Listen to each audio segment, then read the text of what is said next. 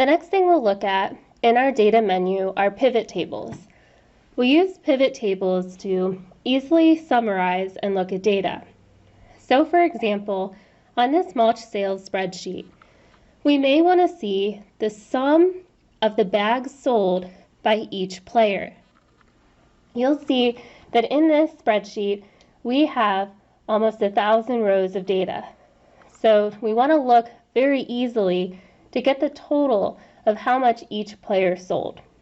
So to do that, we're going to go to Data and then choose Pivot Table. Here, make sure it selects your whole sheet and then click Create.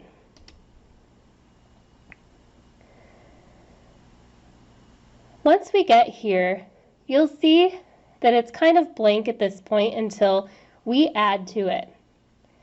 The rows are going to go over here, running up and down. The columns that we select then, if we want to filter by even more data, those will run across the top. Then in the center we have our values. These will be our calculations. And finally, if we want, we can filter that data, just like we've been filtering with our filter button and with our slicers. You'll see that it gives you some suggested pivot tables, so you can always take a look at that. So maybe we want to see the average total cost for each team, JV, varsity, and freshman. So if I click that, very quickly I can see that data. I can close out of any of these rows or values at any time. Maybe I want to see the number of unique players for each team.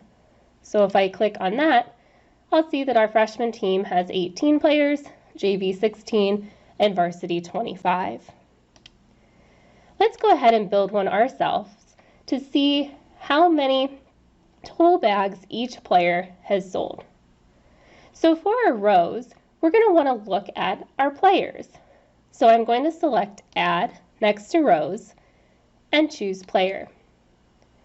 Here it's listing every player individually and only one time. Then we want to look at the values. So the value that we would like to look at is the total bags that they sold. So I'm going to select Total Bags.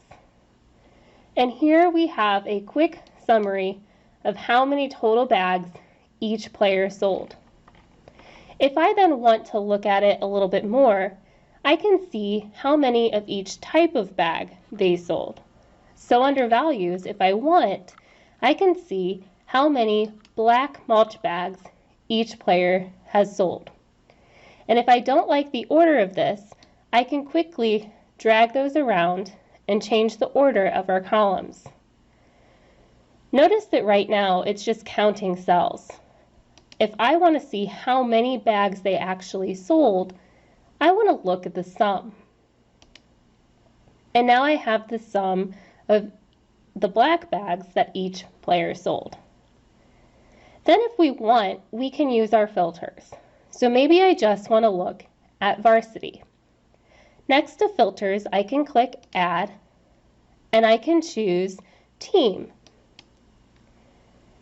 Here, I can choose how I want to filter this. So let's take a look at just the freshman players. And I can see how many total bags each of our freshmen has sold. You can do formatting with your pivot table if you would like. If you would like to see your borders, you can add those in. Maybe you want a softer color of your borders. You can change that. Know that you can do any formatting that you would like to your pivot table. Whenever you click off of the pivot table, the editing menu on the right-hand side will go away. To get it back, just click back inside your pivot table, and then you'll be able to modify. At any time, you can change these, and you can drag them around to see what it might look like if you added something in a different place.